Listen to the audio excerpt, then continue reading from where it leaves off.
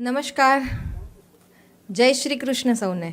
SRK knowledge foundation સંચાલિત SRK institute of skills દ્વારા આયોજિત એવં સાર્વજનિક યુનિવર્સિટીના સહયોગથી યોજાયેલ સુપ્રસિદ્ધ જીવનકથાઓ અને આત્મકથાઓના આ કાર્યક્રમ જીવન સાનિધ્યમાં આપ સૌનું ભાવભીનો આવકાર.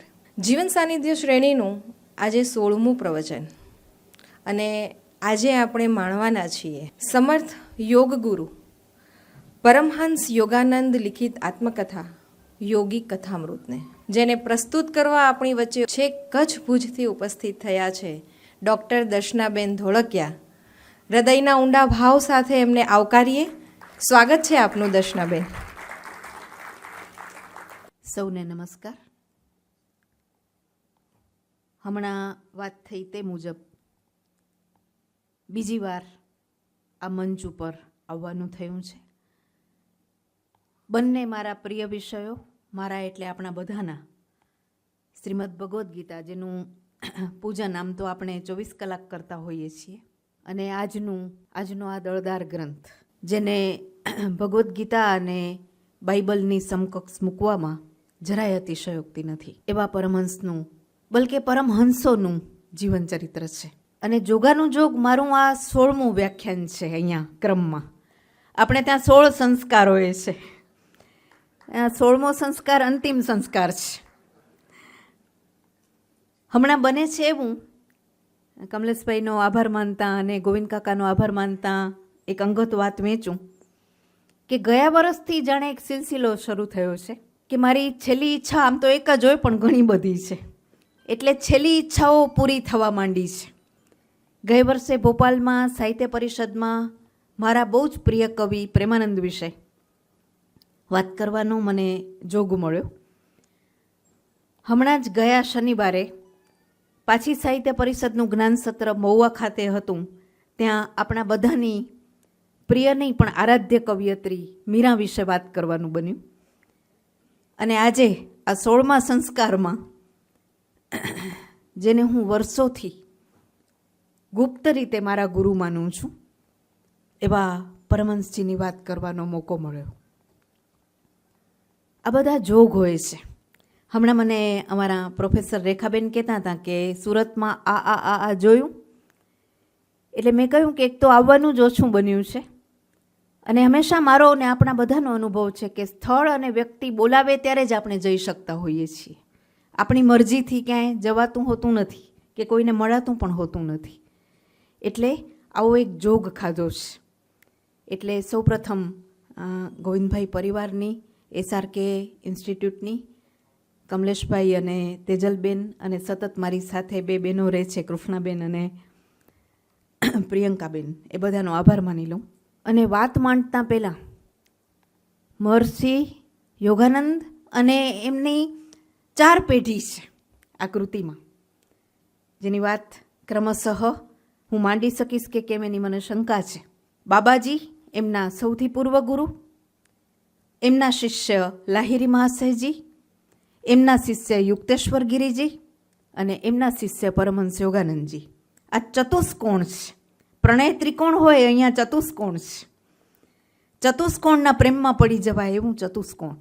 એટલી બધી ઊંડી અને ગહન વાતો છે આ કૃતિમાં કે આવી કોઈ કૃતિ વિશે વાત કરવા બેસું ત્યારે મને કાયમ મહાકવિ કવિ કુલગુરુ કાલિદાસનું પુણ્ય સ્મરણ થાય છે. રઘુવંશને આરંભે કાલિદાસ નમ્ર ભાવે શંકર પાર્વતીને પ્રણામ કરતા જણાવે છે કે ક્યાં આ મહાન સૂર્યવંશ અને ક્યાં મારી અલ્પમતી, અને તેમ છતાં હું રઘુવંશ ઉપર કાવ્ય લખવા પ્રેરાયો છું. એ વિશાળ મહાસાગરમાં નાનકડી હોડી તરાવવા જેવું કામ છે. પરમહંસજીની વાત માંડતા આવો અનુભવ હું કરું છું.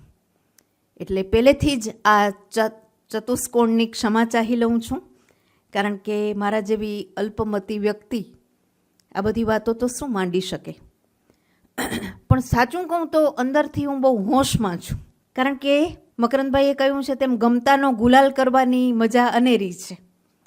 અને આ ચોપડીમાંથી, આ ગ્રંથમાંથી, આ મહાગ્રંથમાંથી હું ખાસ્સી વાર પસાર થઈ છું. અને કમલેશભાઈ યાદ આવે છે 14મી મેની એ સાંજ જ્યારે આપણે અહીંયા ભગવદ્ ગીતા વિશે વાત પૂરી કરી, હું ભૂલતી ન હું તો 14-15 મે હતી, ત્યારે આમની આંખોમાં એક સ્વપ્ન હતું કે હવે પછી અમારે 108 આત્મકથાઓની વાત કરાવવી છે. તો ધારો કે કરાવીએ તો તમને કયું પુસ્તક ગમે? અને મારાથી સહજ ભાવે બોલાઈ ગયું. ઘણી બધી આત્મકથાઓ મારી પ્રિય આત્મકથાઓ છે, પણ મારાથી તરત કહેવાઈ ગયું આમની જ આજ્ઞાથી, પરમહંસજીની આજ્ઞાથી, કે યોગી કથામૃત મને જ આપજો. એટલે માગે તે આપું એવું વરદાન મને તો તે દિવસે મળી ગયું. અને છેલ્લા 1-1.5 માસથી ફરીથી આ કૃતિમાંથી પસાર થઈ ત્યારે પગ ધ્રુજે છે, નીચે કોઈને દેખાતું નથી, એ સારું છે. એટલી ગહન વાતો છે અને એટલી અપીલિંગ છે કે આપ સૌ જેવા પ્રબુદ્ધ વર્ગ વચ્ચે વારંવાર વેચવી ગમે. એટલે મેં કહ્યું તેમ હું હોશમાં પણ છું અને આમ હોશમાં નથી, કારણ કે આ કૃતિ બેહોશ કરી દેવી કૃતિ છે, અંદરના જગતના હોશ તરફ દોરે એવી કૃતિ છે. આવી મિશ્રિત લાગણીઓથી મારી વાત આરંભું છું, જે અધૂરી જ છૂટવાની છે. અદ્ભુત વ્યક્તિત્વ છે મહર્ષિ યોગાનંદજી. પેલા 3 જે એમના આગલા ગુરુઓ છે એમનું પસંદગીનું પાત્ર છે. મેં જોયું છે આવા કોઈ પણ અવતારી વ્યક્તિત્વોના સંદર્ભમાં કે આ લોકો પસંદગી પામીને અહીંયા અવતરણ કરે છે. મીરાના સંદર્ભમાં મેં જે કહ્યું તું, અહીંયા યોગાનંદજીના સંદર્ભમાં એ કહેવું મને ઉચિત જણાય છે કે મીરાએ પરમેશ્વરને શોધ્યો નથી પણ એને મળ્યો છે. એમ યોગાનંદજીને પણ પ્રાપ્તિ મળી છે, કારણ કે જેની લગન છે અને એના મૂળિયા છે. આત્મકથાનો આરંભ કરે છે. ગોરખપુરમાં જન્મ 1893, 5 જાન્યુઆરી નજીક આવી રહી છે. માત્ર 59 વર્ષનું આયુષ્ય અને 6 દાયકામાં સ્વામી વિવેકાનંદની લગોલગ કહેવાય એટલું ફરી વળ્યો છે આ માણસ, આ અવતારી વ્યક્તિત્વ. અને મૂળિયા ક્યાં પડ્યા છે આ વાતના? તો માતા પિતા, બધાના નામ વગેરે એટલા માટે નથી લેતી કે બીજી ઘણી બધી વાતો છે. ભગવતી એમના પિતા અને બંને મા બાપ, 8 સંતાનો છે. આ બધા સંતોએ પેલી તો એ વાત સાબિત કરી છે કે આપણા બધા જેવું જ કોમન જીવન એ લોકોને ફાળે આવ્યું છે. આપણી જે ફરિયાદ હોય છે કે અમારે ઘણું કરવું છે પણ સંજોગો તો જુઓ, પરિવાર, આર્થિક સ્થિતિ, મૂંઝવણો વગેરે વગેરે. 8 સંતાનો યોગાનંદજીના પિતાને, ભાઈઓ બહેનો મળીને. એમાં આમનો ભાઈઓમાં 2જો નંબર, આમ 3જો 4થો નંબર. અને માતા પિતાને એમના લગ્ન જીવનના આરંભકાળે જ લાહિરી મહાશયની દીક્ષા મળેલી. બંને એના પાસે દીક્ષિત થયેલા. અને ત્યારે લાહિરી મહાશય, જેની વાત પછીથી હું માંડીશ, એમણે આમના માતાને કાનમાં કહ્યું, શું વાક્ય છે કે છોટી માતા, તારો આ મુકુંદ મહાન યોગી થશે અને આધ્યાત્મિક એન્જિન બનીને કેટલાય અવતારોને તારશે. આવો શબ્દ પ્રયોગ કર્યો છે. આધ્યાત્મિક એન્જિન બનીને અનેક લોકોને તારશે. અને માતા ખુશ થઈ ગઈ એ અર્થમાં નહીં, પણ માતાને પરમ તૃપ્તિ થઈ કે ચાલો જનની જણ જે ભક્તજન કાં દાતા કાં શૂર, એ આપણે ત્યાં કહેવાયું છે. એટલે એમ થયું કે 8માંથી આ એક વ્યક્તિ છેક અહીંયા પહોંચશે તો ભલે, અનેકોને પહોંચાડશે. આવું વચન લાહિરી મહાશય જેવા વ્યક્તિત્વને મોઢેથી, એમના મુખારવિંદમાંથી પ્રગટ થયું અને ખુશ થઈ ગઈ. અને મુકુંદ હજી તો જન્મ્યો જ છે અને આમના આશીર્વાદ એને મળ્યા છે. મુકુંદલાલ ઘોષ એમનું પૂર્વાશ્રમનું નામ છે. અને પછી બહુ નાની ઉંમરે માતાનો તો સ્વર્ગવાસ થઈ ગયો. માંડે 10-11 વર્ષના છે, માતાનો સ્વર્ગવાસ થઈ ગયો છે. ત્યારે એને એના પિતા બહાર છે અને બહુ જ નાનપણથી મુકુંદને જાત જાતના દર્શનોની પ્રાપ્તિ થાય છે. એકવાર એને એશિયાટિક કોલેરા થયો, મરણતોલ હાલતમાં આવી ગયા. અને સામે જ એના માતા લાહિરી મહાશયનો ફોટો કાયમ એમના ઘરમાં રહે, પૂજા સ્થાનમાં રહે. અને માતાએ કહ્યું કે બેટા ત્યાં પ્રણામ કર. પ્રણામ કરવાની પણ શક્તિ નથી નાનકડા મુકુંદમાં. હાથ તો ઉપાડી શકાય એમ નથી, જોડવાનો તો પ્રશ્ન જ નથી. પણ લાહિરી માસાની આંખમાં જોયું, આંખથી પ્રણામ કર્યા અને એકદમ શક્તિ આવી ગઈ અને મુકુંદ ઘોડા જેવો થઈ ગયો. આ પહેલા આશીર્વાદ ગુરુના, માતાના ગુરુના, અને મુકુંદ ધન્ય બની ગયો. ત્યારથી એના જીવનમાં કંઈક એવું બન્યા કર્યું કે એને એમ લાગ્યા કર્યું કે કશુંક આસપાસ છે. અને બહુ જ નાની ઉંમરે પિતા સાથે, પિતા રેલવેમાં કામ કરે છે. પિતા કેવા છે? એક એક ચરિત્ર વિશે કલાકો વાત થઈ શકે એમ છે. સમયના અભાવે એની આપણે ઝલક જ જોઈ શકશું. પિતા રેલવેમાં મોટા અધિકારી છે, એકદમ પ્રામાણિક અધિકારી છે, અને આમ પાછા લાહિરી માસાના દીક્ષિત શિષ્ય છે. આખી કૃતિમાંથી મને જો સૌથી વધારે ગમી હોય તો વાત એ છે કે દરરોજની કામગીરી કરતાં કરતાં આ લોકો ક્યાંય પહોંચી ગયા છે. હસતા હસતા, રમતા રમતા. આખાની એક સુંદર પંક્તિ છે, હું હસતો રમતો હરીમાં ભળ્યો. હસતા હસતા, રમતા રમતા, રેલવેની કામગીરી બજાવતા બજાવતા એના પિતા 8 સંતાનોના પિતા છે. અને એની માતાએ એકવાર એની બહેનને કહ્યું છે કે તારા પિતા અને હું વરસમાં એક જ વાર સંતતિના ઉત્પન્ન કરવાના હેતુથી જ સહશયન કરીએ છીએ, બાકી અમારો કોઈ સંબંધ નથી. આવી તો માં છે ને આવા પિતા છે. નોંધે છે યોગાનંદજી કે મારા પિતાએ એટલું સરસ કામ કર્યું રેલવેમાં, એમની વાહ વાહ થઈ હતી. પછી રિટાયર્ડ થયા અને કેટલા બધા વખત પછી ઓડિટ આવ્યું અને ઓડિટરે જોયું કે આમને જે વધારાનું કામ કર્યું છે એના 1,25,000 રૂપિયા જમા છે, એમને ખ્યાલે નથી. એટલે 1,25,000નો ચેક આવ્યો ઘરે અને પિતાએ કોઈને વાતે ન કરી. આ તો મારા નાના ભાઈનું ધ્યાન ખેંચાણું. એટલે નાના ભાઈએ કહ્યું કે પિતાજી, આટલી બધી મોટી રકમ જમા થઈ તે શેની આવી છે? તો કે આવી હશે આ કોઈ કામગીરીની, બાકી એનો કાંઈ આનંદ માણવાનો ન હોય અને દુઃખદાયક ઘટના ઘટે તો એનું દુઃખ મેળવવાનું ન હોય. કારણ કે માણસ ખાલી હાથે આવે છે ને ખાલી હાથે જાય છે. લાખ રૂપિયાને હું કરીશ શું? આ પિતા છે અને આ માતા છે કે જે એક જ વાર પતિ સાથે સહશયન કરે છે આખા વર્ષ દરમિયાન, અને બાળકોને કહી શકે એટલો મોડર્ન એપ્રોચ છે એનો. આખી કૃતિમાં જે આકર્ષે છે એ આ બધાનો આધુનિક અભિગમ છે. કેવી સ્ત્રી હશે! નહીંતર બંગાળ તો કેટલું જૂનવાણી, એ સમયમાં ઘણો જૂનવાણી ગાળો આમણે જોયો છે પોતે. એમની વાતો પણ એણે આ કૃતિમાં કરી છે. અને આ પિતાને આ માતા પાસે એ ઉછરે છે. પિતા તો ખાસું જીવ્યા, 86 વર્ષ, અને 10 વર્ષના હતા અને પિતા સાથે બહાર ગયા. આપણી વાત ત્યાં જોડાય છે. અને એને રાત્રે સંદેશ મળ્યો કે જલ્દી આવો, માં જઈ રહી છે. એટલે મુકુંદ તરફડી ઉઠ્યો કે માં જશે તો પોતે આ ઉજ્જડ જગતમાં જીવી કેમ શકશે? માને બહુ ચાહે છે, માં પણ એને બહુ જ ચાહે છે. 8 સંતાનોમાં કદાચ સૌથી વધારે, કારણ કે આ વાત હશે, છોટી માતા આ તારો પુત્ર યોગી થશે. એટલે વિશેષ પ્રેમ છે. અને ખરેખર એટલે એના પિતા કહે છે કાંઈ ન મરે, તારી માં બરોબર છે, કાંઈ મરે બરે નહીં, જઈએ છીએ. અને ગાડી પકડીને આવ્યા દોડ, ત્યારે માતા નહોતી રહી. અને મુકુંદને એમ થયું કે હમણાં જ આ પાટા નીચે ઝંપલાવી દઉં, ટ્રેનના પાટા નીચે, કારણ કે મેં હમણાં કહ્યું તેમ માતા વિનાના ઉજ્જડ જગતમાં હવે રહેવાશે નહીં. ક્યાં ગઈ પેલી 2 કાળી આંખો? કવિ છે, વારંવાર એમના વર્ણનોમાં એમની ભાષામાં કવિતા ડોકાય છે. હવે હું ક્યાં શોધીશ પેલી કાળી આંખોને? ચાલી ગઈ, એ તો મીચાઈ ગઈ. પણ એ કાળી આંખોની શોધ આગળ ચાલે છે. સારું આપણા સદભાગ્ય કે એમાં એ ચાલ્યા નથી ગયા. અને ઘણું બધું જોડાય છે, જેની વાત તો હું પછી માંડું. પણ જતે જતે એમના માતા પાસે એમના ગુરુ એક જાવાના આગલા દિવસે એના માં ધ્યાનમાં બેઠા છે અને એમના હાથમાં એક માદળિયું આવીને પડે છે. અચાનક સ્પર્શ થાય છે, ઠંડો સ્પર્શ ધાતુનો, અને માદળિયું હાથમાં આવે છે.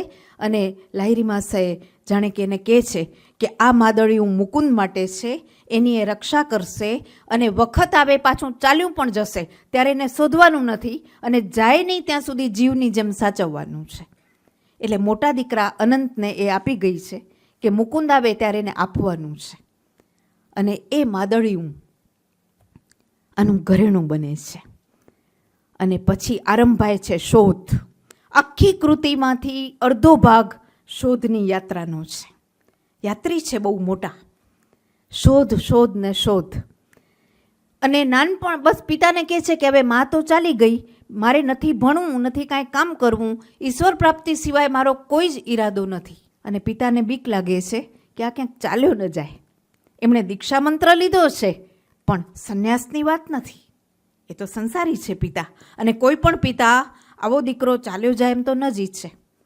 એટલે એને કહે છે કે ઊભો રહે, તું આમ ન થાય, તારે ભણવું પડે, હાઈસ્કૂલનો અભ્યાસે પૂરો કરવો પડે.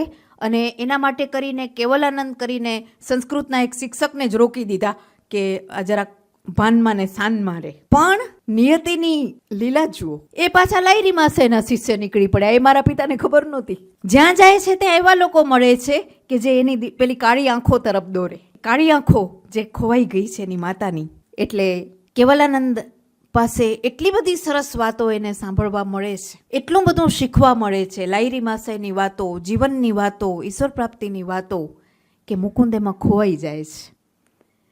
અને ઘણા બધા અનુભવોને અંતે મુકુંદ નોંધે છે કે એક અક્ષર હું સંસ્કૃતનો શીખી ન શક્યો આ પ્રકાંડ પંડિત પાસે, પણ એણે મને જીવતરના સંસ્કૃતનું જે દિવ્ય જ્ઞાન આપ્યું ને એની ખબર અમને બેને જ પડી. આવું કંઈક કેવલાનંદે મને આપ્યું. જ્યાં જ્યાં એ દોરાતા ગયા છે ત્યાં ત્યાં આવા જ લોકો એને મળતા ગયા છે. અને એટલી બધી જિજ્ઞાસા છે, એટલી બધી જિજ્ઞાસા છે, અતૃપ્ત આત્મા છે. અને એક જ વસ્તુ હવે તૃપ્તિ આપી શકે એમ છે, માના વિકલ્પે ઈશ્વર, બીજું કોઈ જ નહીં, જગન માતા. બંગાળીઓ કાલીના પ્રેમી હોય છે, આપણે ખબર છે. એટલે એના બાલ માનસમાં આ એક ચિત્ર આવે છે કે હવે કોણ માના વિકલ્પે, બીજું કોઈ જ નહીં, હોય તો કાલી. એટલે કેટલા બધા લોકોને મળે છે.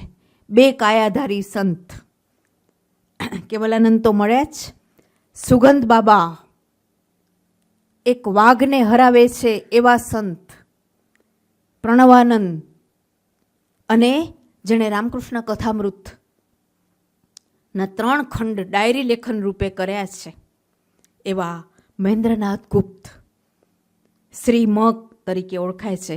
અહીંયા બેઠેલા પ્રબુદ્ધ લોકોને ઘણાને ખબર હશે. રામકૃષ્ણ કથામૃત અદ્ભુત કૃતિ છે, ડાયરી લેખનનો ઉત્તમ નમૂનો છે. અને મહેન્દ્રનાથ ગુપ્ત તદ્દન સામાન્ય કહેવાય એવા એક શિક્ષક છે અને એક શાળા ચલાવે છે. મુકુંદ આપણો રખડતો ભટકતો ચારે બાજુએ ફર્યા જ કર્યા છે, ફર્યા જ, અહીંયાથી મળશે, અહીંયાથી મળશે. શું એમની ઉત્કટ અભિપ્સા છે, કમાલની અભિપ્સા છે. આગ લાગી છે અંદર, રહી શકે એમ નથી, કશું સૂઝતું નથી. ક્યાં જાઉં તો ઈશ્વર પ્રાપ્તિ થાય, શું કરું તો ઈશ્વર પ્રાપ્તિ થાય, એની સતત વેદના લઈને આ છોકરો ભટક્યા જ કરે છે. અને બધાને પૂછે છે કે તમે મારા ગુરુ છો, તમે મારા ગુરુ છો. પ્રણવાનંદે સંસ્કૃત શીખવ્યું, પણ બરાબર ખ્યાલ આવી ગયો કે આ એ ગુરુ નથી જેની હું શોધ કરું છું. સુગંધ બાબા પાસે ગયા, એના પાસે જાત જાતની સુગંધો આવે છે, પણ ત્યારે એને એમ થાય છે કે સુગંધને શું કરે, આ ગુલાબને ચમેલીની તો બધા ચારે બાજુ છે જ. સવાલ એ છે કે આ સુગંધ જેણે બનાવી એ ક્યાં, સુગંધને શું કરું, સુગંધ જેણે નાખી છે એ ક્યાં. રામકૃષ્ણ પરમહંસ પણ આ જ કહેતા કે તમે બગીચાને જોઈને ખુશ થાઓ છો, પણ કોઈ દી પૂછા કરી કે આનો માળી ક્યાં, જેણે બગીચો બનાવ્યો. તો એ સુગંધ જેણે નાખીએ ક્યાં, એને હું ક્યાં શોધીશ, આ પ્રશ્ન છે નાનકડા મુકુંદનો. એટલે એ બધાને પ્રણામ કરીને પાછો, હા મજા બધાની લે છે. પેલાને કહે છે કે મને ગુલાબ ગમે, તો ગુલાબની સુગંધ આપે છે તો મજા આવે છે. અને એની બેનને ચમેલીની સુગંધ ગમતી હોય છે એટલે એ પણ લેતા આવે છે. અને બેનને આશ્ચર્યચકિત કરી દે છે કે જો ચમેલી નથી, એની ઋતુ નથી, છતાંય ચમેલીની સુગંધ તને જોવા મળશે. ભાઈ બહેનોને બહુ જ ચાહે છે. સ્વામી વિવેકાનંદ, રામકૃષ્ણ પરમહંસથી આ શરૂ થયું કે અધ્યાત્મનું આ સંતોએ સરલીકરણ કર્યું છે. અધ્યાત્મ અત્યાર સુધી આમ જાણે એક રહસ્યમય પ્રદેશ હતો કે ગમે તે માણસ એમાં જઈ ન શકે, ગમે તે લોકો એની ચર્ચા ન કરી શકે. સાધુ એટલે ઉદાસ જ હોય, ભગવા પહેરીને જ ફરતો હોય, આશીર્વાદ જ દેતો હોય, બોધ જ આપ્યા કરે, બધાને નીચા પાડે. હે બાળક, તને આ ખબર નથી. આપણા મનમાં સાધુની આવી આકૃતિ છે. આ લોકોએ ભગવદ્ ગીતાનો આ શ્લોક બરાબર પચાવ્યો અને દીપાવ્યો. મારો પ્રિય શ્લોક છે, આપણે ગઈ વખતે એની વાત પણ કરી છે કે સ્થિત પ્રજ્ઞનું લક્ષણ શું? પ્રસન્ન ચેતસો યાસુ બુદ્ધિ પર્યવતિષ્ઠતે. પ્રસન્નતા એ સંન્યાસીનું સાચું લક્ષણ, સાચું ને અંતિમ લક્ષણ છે કૃષ્ણને મતે. કૃષ્ણ પોતે બહુ પ્રસન્ન વ્યક્તિત્વ છે, આપણે જોઈને મજા આવી જાય. રામકૃષ્ણ પરમહંસે આ પ્રસન્નતાને ફેલાવી, વિવેકાનંદે એને ઝીલી અને એણે પણ ફેલાવી. આપણે એના પત્રો વાંચીએ, એના 12 ખંડમાંથી પસાર થઈએ તો આ માણસ ભર્યો ભર્યો છે. ક્યાંય કોઈને નીચા પાડવાની વાત નહીં, ક્યાંય બોધ નહીં, ક્યાંય ઉપદેશ નહીં, વજન નહીં. અને આપણે એમ થાય કે આ માણસ છતાં આપણા ખભા પર ચડી બેઠો છે. આ ગજું બરાબર યોગાનંદજીમાં પણ આપણે સતત વર્તાય છે. એટલે ફરતા ફરતા આ સુગંધી બાબાએ મંજૂર નથી, 2 કાયાધારી સંત છે એને પણ મળે છે. ઘણી બધી આમાં ચમત્કારની વાતો છે. અને એક એક પાનું વાંચવા જેવું છે. હું તો 1-1.25 કલાકમાં શું કહી શકું, પણ એમ થાય કે આ વાક્ય કહું, આ વાક્ય કહું, આ વાક્ય કહું. એવા તો વાક્યો ઠેર ઠેર ભરેલા છે. બધા પાસે જાય છે પણ એનું મન ના પાડે છે. આ ગુરુ નથી, નેતિ નેતિ નેતિ, આ નહીં, આ નહીં, આ નહીં. મજા બધા પાસે આવી છે, શીખ્યા બધા જ પાસે છે, પ્રણામ બધાને કર્યા છે, પણ નોંધે છે કે મનથી નહીં. આ બંગાળીઓનો ઉપચાર છે પગે લાગવું, મનથી નહીં. અને આ નાનો છોકરો હાઈસ્કૂલમાં હજી માંડ માંડ દાખલ થયો છે, એવો મહેન્દ્રનાથ પાસે જઈ ચડે છે. આશ્ચર્ય આપણે એમ થાય કે મહેન્દ્રનાથ જેવો શિક્ષક નિશાળ ચલાવે છે, કોઈ એને ખાસ કદાચ ઓળખતું પણ નહીં હોય, અને એના પાસે જઈને કહે છે કે મારે કાલીના દર્શન કરવા છે, કરાવશો? મહેન્દ્રનાથ કહે છે જરૂર કરાવીશ. અને પેલો આ માણસ એવો મળે છે ને જેને આમ કહે છે કે જરૂર કરાવીશ. એટલે આમ થનગની ઉઠે છે. રાત્રે 10 વાગે તારા ખંડમાં તું બેસશે અને એ પ્રગટ થશે. શું વાત! માંડ માંડ. અને મહેન્દ્રનાથે એને જ્યાં વચન આપ્યું એ જગ્યા હતી જે એકવાર એ લોકોનું ઘર હતું, આ લોકોનું પૈતૃક ઘર હતું, પછીથી એમનું ઘર બદલ્યું, પણ જ્યાં એની માતાએ એને જન્મ આપ્યો હતો, એ મોટા થયા હતા, એ જ ઘરમાં એને આ વચન મળ્યું અને એ ધન્ય થઈ ગયા. નાનો છોકરો છે હજી તો. અને રાત્રે અગરબત્તી કરી ખંડ બંધ કર્યો અને એણે જે કલ્પી છે એના નાનકડા મગજમાં, એ વિશાળ હાથવાળી કાલી પ્રગટ થઈને શું કહે છે? શું વાક્ય છે કાલીનું કે હે મુકુંદ, જે 2 કાળી આંખોને તું શોધે છે એ મારામાં જો. કારણ કે દરેક યુગમાં તારી માં થઈને આ જ આંખોએ તને પ્રેમ કર્યો છે. આજ હું એ કાલી છું અને જે તારી માં હતી એ મારામાં સમાઈ ગઈ છે. એટલે હવે તારે મારી કાળી આંખોમાં જોવાનું છે. હું તને પહેલેથી ચાહતી આવી છું, આજે પણ ચાહું છું અને આજીવન ચાહતી રહીશ. હવે સંતોષ. કાલીનું આ વચન ગાંડો ગાંડો થઈ ગયો મુકુંદ. શું વાત છે! મહેન્દ્રનાથ પ્રત્યે એનું મસ્તક નમી પડ્યું. પણ એમ તો મુકુંદ છે ભાઈ. એટલે બીજી સવારે ઠાવકો ચહેરો કરીને જઈને કહ્યું કે કાલી બાલી કાંઈ દેખાણી નહીં, કોને બનાવતા હતા તમે? ત્યારે મહેન્દ્રનાથે કહ્યું કે 10:15 વાગે એ તારા પાસે આવીને તને જે કહી ગઈ એ પછી મને કહી ગઈ છે. છોટા મહાશય, એમ મને બનાવો નહીં. આ ગુરુનો ચહેરો છે. યોગાનંદજીના કેટલાક પુસ્તકોમાંથી હમણાં હું પસાર થઈ રહી છું, બીજા પુસ્તકોમાંથી, એમના લેક્ચર્સમાંથી. એમાં એમણે બહુ સરસ વાત કરી છે. 2 વાત જે આના સાથે જોડવી ફરજિયાત છે, તો આ મુદ્દો સમજાશે, ચમત્કાર નહીં લાગે. બહુ જ વાસ્તવિક ચિત્રણ કરતાં એમણે કહ્યું છે, જે મારા જેવાને પણ બહુ જ કામ લાગ્યું છે. મને પણ એમના જેમ મારી માતાના શોકમાંથી નીકળતા વર્ષો લાગ્યા. એને પીઠે હાથ ફેરવતા યોગાનંદજી નોંધે છે કે આપણા સ્વજનો એટલા માટે મૃત્યુ પામે છે કે જેથી કરીને આપણે બીજા લોકોનો પ્રેમ પણ જોઈ શકીએ. ત્યાં સુધી તો જોઈ જ નથી શકતા. મને પણ ઘણીવાર એમ લાગે છે કે મારા પ્રિય સ્વજનો ચાલ્યા ગયા ત્યારે મને ખબર પડી કે મારા વિદ્યાર્થીઓ, અરે આ કમલેશભાઈ, આ તેજલબેન, કેટલા લોકો મને ચાહે છે. આ વ્યાપકતા છે. અને બીજી વાત એમણે એ કરી છે કે આ ભવમાં જે આપણી માં છે એ આવતા ભવમાં પાછી એની ભૂમિકા બદલી જાય છે. એટલે એ જ માં બીજા ભવમાં તમારા ફળિયામાં રહેતી હશે તો તમારી સામો એ નહીં જોવે, કારણ કે અત્યારે એ તમારી માં નથી, એ તો ગયા ભવમાં હતી, ભૂમિકા બદલાઈ ગઈ છે. એટલે આ વ્યર્થ છે. જ્યારે જે મળ્યું છે એના સાથે જોડાવાનું છે. અને જગદંબાની કાળી આંખોમાં આપણી માની કાળી આંખો જોડાયેલી જોતા શીખવાનું છે. એમનું અંતિમ સૂચન છે, બોધની સૂચન છે. ક્યાંય આ માણસે આટલા 600 પાનાની આત્મકથા છે, બોધનું એક વાક્ય પણ કોઈ શોધી બતાવે તો શરત મારીએ. એટલે જ મને બહુ ગમે છે. જે બોધ ના આપે ને એ સાચો ગુરુ. મિત્રની જેમ વાત કરી છે કે આમ કરવાથી તમારા બધા માર્ગો ખુલતા જાય છે. તો આ મહેન્દ્રનાથ એટલે નોંધે છે કે મેં એમના ચરણ પકડી લીધા કે તમે જ મારા ગુરુ, મને તમે કાલી બતાવી. અને પછી બીજો સરસ જિજ્ઞાસુને શોભે એવો પ્રશ્ન કર્યો કે તમારા કહેવાથી તો કાલી આવી, મારા કહેવાથી ક્યારે આવશે? આ તો ઉધાર છે. આને કહેવાય વિદ્યાર્થી, બલકે શિષ્ય. ત્યારે મહેન્દ્રનાથે કહ્યું કે એના માટે તો તને તારા ગુરુ શોધવા પડશે. એટલે એણે ચરણ પકડી લીધા કે આમ કાલી જે બતાવે એના સિવાય કોણ ગુરુ હોઈ શકે? ત્યારે એણે કહ્યું કે તારો ગુરુ હું નથી, બીજા છે, તારી રાહ જોવે છે, પણ એ સમય આવે મળશે. બહુ જ નાની નાની વાતોમાં આ કૃતિ જે કંઠી બંધાવે છે આપણને. એક તો ગુરુ શિષ્યનો યોગ હોય છે, સમય પાકે જ એ થતો હોય છે. આમ તો દરેક બાબતનો યોગ હોય છે, ગુરુ શિષ્યમાં તો ખાસ.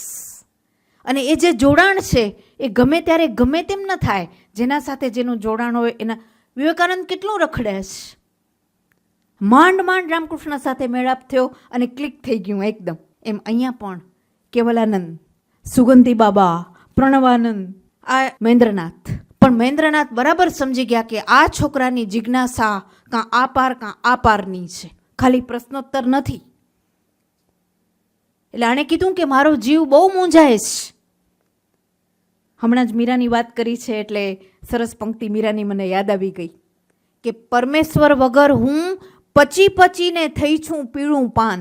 એટલે અમીબેન જેવા કોઈક ડૉક્ટરને બોલાવ્યા ત્યારે મીરાનો જવાબ છે કે એરે પીડા પરખે નહીં, મોહે કસક કાળજણાની માય.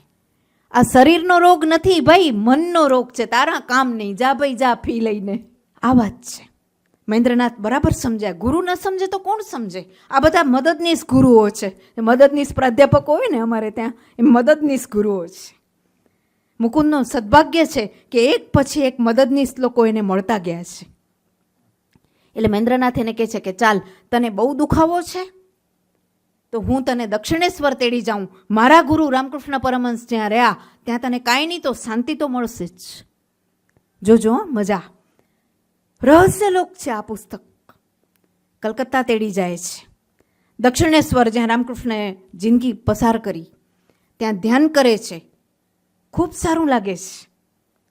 અને કલકત્તાની શેરીઓમાં 2 જણ ફરવા નીકળે છે. ત્યારે મહેન્દ્રનાથ કહે છે કે ચાલ તારે બાયોસ્કોપ જોવું છે. તે જમાનામાં બાયોસ્કોપ એટલે પિક્ચર. એટલે પેલા કહે છે કે હા જરાક જોવું છે, જરાક સારું લાગશે. એટલે નાના મોટા પેલા કાચમાં દેખાય એવા ચિત્રો મહેન્દ્રનાથે દેખાડ્યા, પણ બહુ મજા ના આવી. એટલે તરત મહેન્દ્રનાથે કીધું કે ન મજા આવી છોટા માસે, ન મજા આવી? તો કે ના, ન મજા આવી. અને એકદમ હનુમાન કૂદકો. મહેન્દ્રનાથે મારી છાતી પર હાથ મૂક્યો. અને જેવો છાતી પર હાથ મૂક્યો એટલે હું રોડ ઉપર ફરતો હતો, પણ રસ્તા ઉપરની બધી ગાડીઓ, બધા ગણગણાટો એકદમ શાંત થઈ ગયા. અને આખું કલકત્તા મને મારી અંદર દેખાયું. બહાર ચરતી ગાય, ફરતા લોકો, દોડતી ગાડીઓ, અવાજ, બાળકો, નિશાળ જતા બાળકો, આખું કલકત્તા અંદર દેખાયું. અને હું સ્તબ્ધ થઈ ગયો કે આ શું?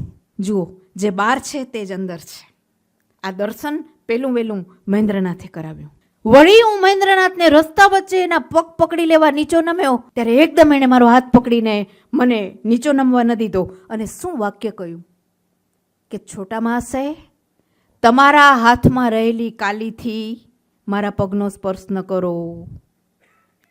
તમારા હાથમાં જે કાલી છે ને, તમારા શરીરના અંગે અંગમાં, એ મારા પગનો સ્પર્શ નહીં કરવાનો, કારણ કે ઈશ્વરને નમે એ સારું ન લાગે.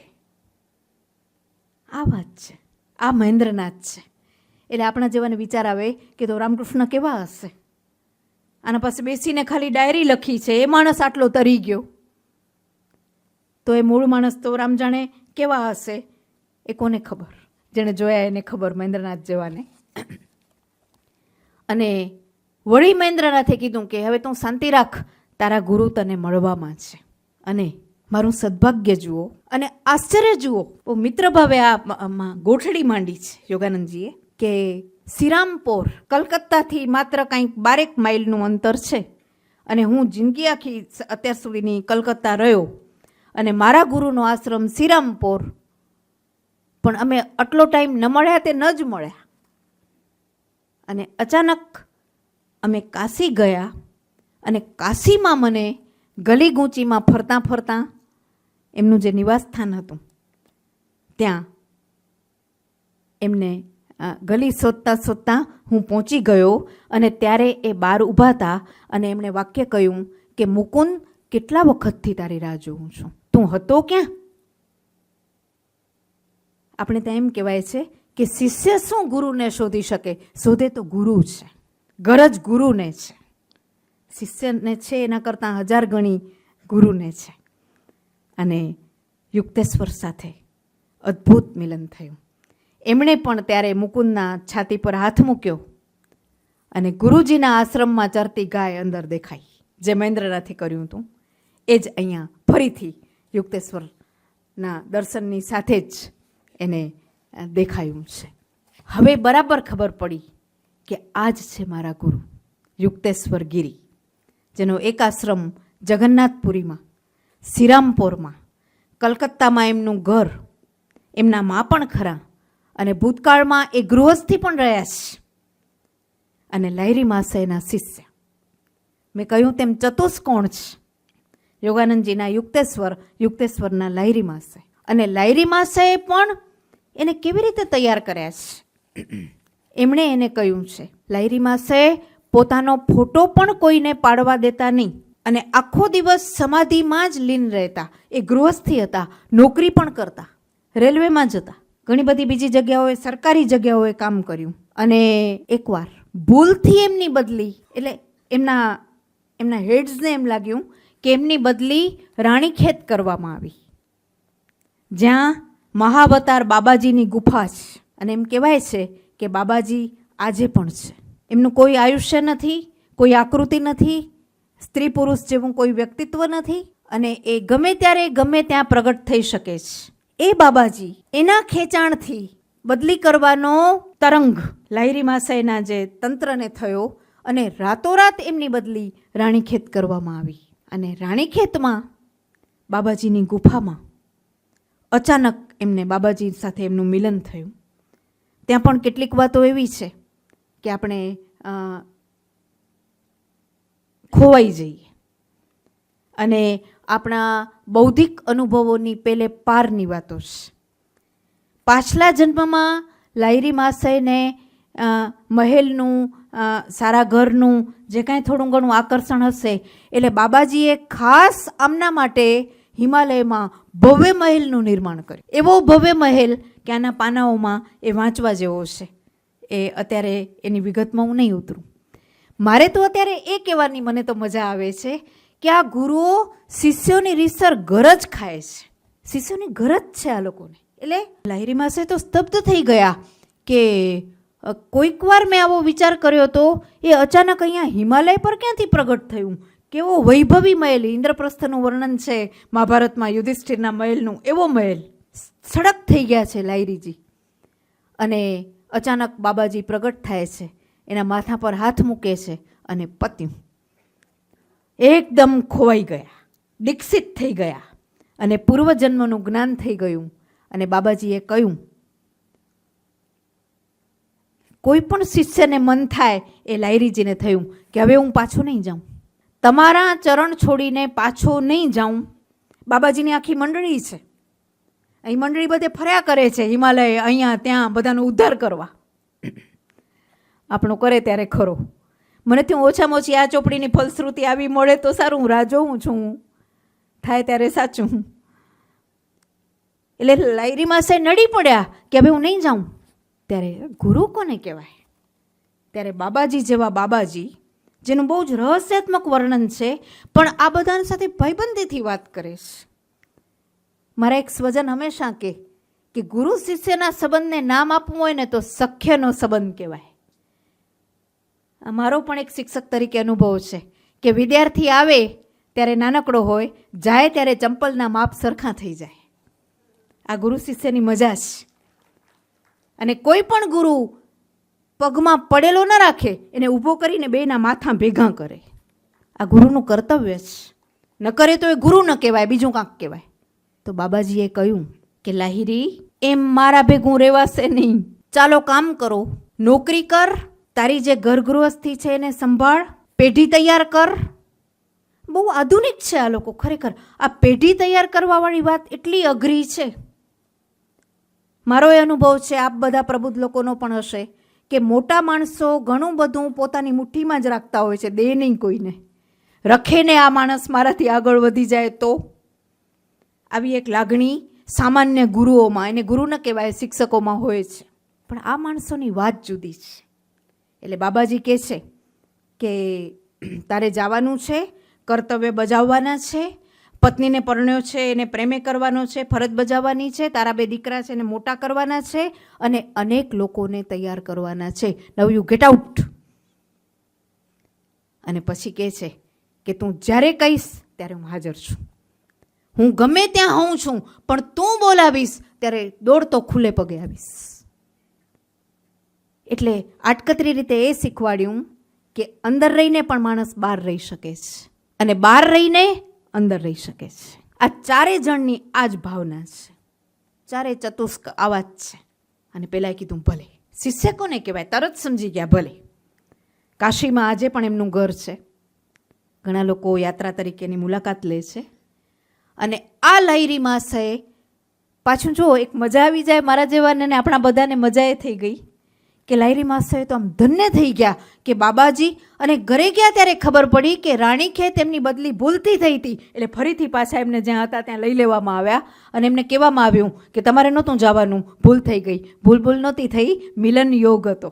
આ વાત છે. અને પાછા આવ્યા, સંસારમાં રોકાણા, અને કેટલાય શિષ્યોને ધન્ય કર્યા. અને વચન આપ્યું હતું ને, હા હું એ વાત કરવા જતી હતી. આમ બધું આમ છે ને ગૂંચવાઈ જવાય છે, કંઈ કરું ને કંઈ ન કરું.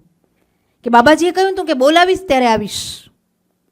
એટલે આમણે આવીને આ મારા જેમ જરાક તાનમાં આવી ગયા. એટલે આપણા જેવા મિત્રોને કીધું કે મને બાબાજી મળ્યા, અને આવો ચમત્કાર થયો, હિમાલયમાં મહેલનું નિર્માણ, આમ તેમ. એટલે તાર્કિક લોકો તો ન માને ને, જા આવે, તને કંઈક સપનું બપનું આવ્યું હશે, કાં મતી ફરી ગઈ લાગે છે, બાંધો લાગસ. એટલે કે તો બતાવું, કારણ કે પેલાએ કીધું છે કહીશ ત્યારે આવીશ. એટલે સ્મરણ કર્યું, એટલે આ મંડળી હાજર થઈ ગઈ. તો આ લોકો માનવા તૈયાર ન થાય. એટલે બાબાજીએ એટલા બધા દર્શનો બતાવ્યા કે આ બધા છક થઈને સમજી ગયા કે છે કંઈક જુદું, આપણા આમાં કામ નહીં. પગે લાગી લીધું કે ભલે બાપા ભલે, તું સાચો, તારા બાબાજી સાચા. પણ લાહિરી માસે એને સજા મળી, ભાઈ કડક ગુરુ છે કે હવે પછી તું કહીશ ત્યારે નહીં, જરૂર હશે ત્યારે આવીશ. તું તો આમ ગમે ત્યારે બોલાવ્યા કર, કે દર્શના ધોળકિયાને મન છે ને કમલેશભાઈને મન છે. પણ ત્યારે લાહિરીજીનો જવાબ તો જુઓ કે તમારે ભાઈ આવવું પડશે, તમે એકલા મારો ઉદ્ધાર કરો એ ન ચાલે. આ બધા લોકો ઉદ્ધારના સહયોગી છે, બધા ભાગીદાર છે. એમ એકલે હું મજા ન લઉં ભાઈ તમારી. આ શિષ્યો છે. આ શિષ્યો નથી, ગુરુના ગુરુ થઈ ગયા છે આ બધા. આપણે એમ થાય કે આ ચારમાંથી કોને પહેલો ક્રમ આપવો? બાબાજી તો છે જ, સવાલ નથી. અને આમાં એટલી રહસ્યાત્મક વાત કરી છે કે મારા જેવા તો બીક લાગે કે ઓચિંતા આવીને દંડો જ ઠોકશે, એવું વ્યક્તિત્વ છે, કડક. અને આ લાહિરી માસે નોંધે છે, શું ચિત્ર દોર્યું છે યોગાનંદજી એનું, કે મારા પિતાએ એમના જે દર્શન કર્યા, કેવા દર્શન, કે સામાન્ય રીતે પદ્માસનની મુખ મુદ્રામાં જ બેસી રહેતા, કામ ન હોય ત્યારે. કામ તો કરવાનું જ, નોકરી ચાકરી ફરજિયાત છે, ગુરુનો આદેશ છે. અને એમના અર્ધ નિમિલિત નેત્રો અંદર જ જોવા ટેવાયેલા હતા. એટલે કોઈ સામે આંખ માંડવાનો તો પ્રશ્ન જ નહોતો, અને માંડતા ત્યારે ધન્ય થઈ જતો. એ વાત અલગ છે. અને એમણે કહી દીધું હતું કે મારો ફોટો કોઈ દી પાડવાનો નહીં, પડશે જ નહીં. કેટલાય સારામાં સારા આંતરરાષ્ટ્રીય ખ્યાતિ પ્રાપ્ત ફોટોગ્રાફરોએ ટ્રાય કરી, પણ એમનો ન પડ્યો તે ન જ પડ્યો. પણ એકવાર એમના શિષ્યોએ વિનંતી કરી કે એક ફોટો જોશે. એટલે પહેલી ને છેલ્લી વાર એક પ્રયત્ન સફળ થયો, જે આજે પણ એમનો ફોટો આ પુસ્તકમાં પણ છે, એ પાડવામાં આવ્યો. અને એમણે અને બાબાજીનો ઓર્ડર હતો કે લાયરી માસેનું જીવન ભવિષ્યમાં યુક્તેશ્વરનો શિષ્ય લખે, એટલે કે યોગાનંદજી. ત્યાં સુધી કોઈને ખબર જ નહોતી કે આ વ્યક્તિ કોણ છે. એ અધિકાર માત્ર આમને જ મળ્યો, અને આમને એટલા માટે મળ્યો કે જે જિજ્ઞાસા, ફાટ જિજ્ઞાસા છે ઈશ્વર પ્રાપ્તિની, વિવેકાનંદ જેવી, યસ ઓર નો. યુક્તેશ્વરને રખડતા રખડતા અહીંયા આવ્યા. યુક્તેશ્વરે એમને ધન્ય કર્યા, પછી રવાના કર્યા. એ કે તારે ભણવાનું છે અને આવી ખોટી ધમાલ નથી કરવાની, થાતું હશે ત્યારે બધું થશે, એમ કાલને કાલે ઈશ્વર પ્રાપ્તિ ન થાય. અને આમને ભણવા સાથે 12મો ચંદ્રમાસ, કારણ કે એમને એક જ જિજ્ઞાસા છે કે ભણવાનો અર્થ એક જ, ઈશ્વર પ્રાપ્તિ. જીવનનો અર્થ એક જ, ઈશ્વર પ્રાપ્તિ. સગડાનો અર્થ એક જ, ઈશ્વર પ્રાપ્તિ. એટલે એના ગુરુને કહી દે છે કે ઘરે ગઈ નિશાળ, પણ ગુરુ કહે છે કે ના, BAની ડિગ્રી તો લેવી જ પડશે. કારણ કે ગુરુએ ભવિષ્ય જોઈ લીધું છે કે આ માણસ ભવિષ્યમાં પશ્ચિમમાં જઈને ભારતીય યોગનો પ્રચાર કરશે જ. એના માટે ભણવું અનિવાર્ય છે. એટલે છેવટે એવું નક્કી થયું કે એમની હાઈસ્કૂલ શ્રીરામપુરના આશ્રમની નજીક, એટલે દરરોજ અપડાઉન કરે અને જેમ તેમ ભણે, અને બાકીનો સમય ગુરુ પાસે. અને શું એ વર્ષોની એમણે વાતો લખી છે કે કઈ વાત કેવી અને કઈ વાત ન કેવી, એ આપણે વિચારમાં પડી જઈએ. યુક્તેશ્વરે એ ગાળામાં એને કેવા તૈયાર કર્યા છે. સાવ નકામામાં નકામા, તુચ્છ કહેવાય એવા કામો એણે કરવાના. ઈશ્વર પ્રાપ્તિની વાત જ નહીં કરવાની. કામ કરો, ભણો, હું કહું એમ કરો. અને આને એમ થયા કરે કે ગુરુ દાદ નથી દેતા, ગુરુ દાદ નથી દેતા. અને એક દિવસ તો એને એટલો બધો કંટાળો આવી ગયો કે ભાગી ગયા રાત્રે. ગુરુના એક બીજા મિત્ર છે, એને ખબર છે, બીજા સંત છે, નજીકના ગામમાં રહે છે, એના પાસે જાઉં. આ માણસ દાદ દે એવું લાગતું નથી. જિજ્ઞાસા કોને કહેવાય? જરાય આપણે એનો વાંક ન લાગે, કારણ કે ગુરુ અતિ કડક છે. અને ત્યાં પહોંચે છે. રસ્તામાં એક શંકરનું મંદિર આવે છે, બહુ સરસ, આખી એટલે રોચક નવલકથા જોઈ લો તમે. આકૃતિ તો એટલા બધા ગુસ્સામાં અને કંટાળામાં છે કે શંકરને પ્રણામ કરવાનું પણ મન નથી થતું. ત્યાંથી આમ નીકળી જાય છે. અને આજે બીજા ગુરુનું ગામ છે, એના અંગે ત્યાં એક ખેડૂત મળે છે રસ્તામાં. એને પૂછે છે કે આ ગામ કઈ બાજુ? તો તમે તમારે જમણી બાજુ નીકળી જાઓ, તરત જ આવી જશે.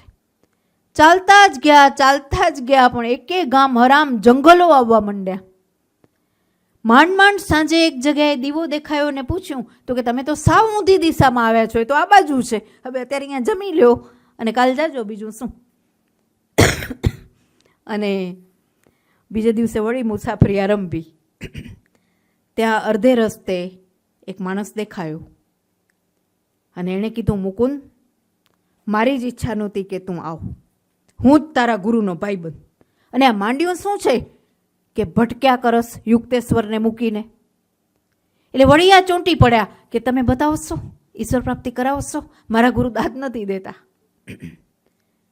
તો કે ચિંતા ન કર, તને હું એટલા માટે મળ્યો છું, આ માણસો તો જુઓ, એટલા માટે મળ્યો છું કે તારી જિજ્ઞાસા સાચી છે, માટે તારો ગુનો માફ કરવામાં આવે છે. આ ભાગી આવ્યો છો ને એ.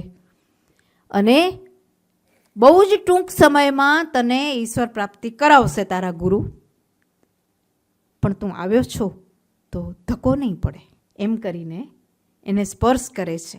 વળી એ સ્પર્શથી એક જાદુઈ દુનિયામાં એ સરકી જાય છે. અને પછી એને થાબડીને કહે છે કે સાચો રસ્તો આ, અને જાઓ હવે યુક્તેશ્વરના આશ્રમમાં, જેમાં વળે. શું યુક્તેશ્વર છે, મને નમ્ર ભાવે કહેવાનું મન થાય, આ ચારે જણ મને માફ કરે, પણ આખી કૃતિમાં જો પ્રભાવશાળી વ્યક્તિત્વ હોય તો મને યુક્તેશ્વર ગિરીનું લાગ્યું છે. આમણે પોતે પણ કીધું છે, મારો ગુરુ એટલે સિંહ જેવો,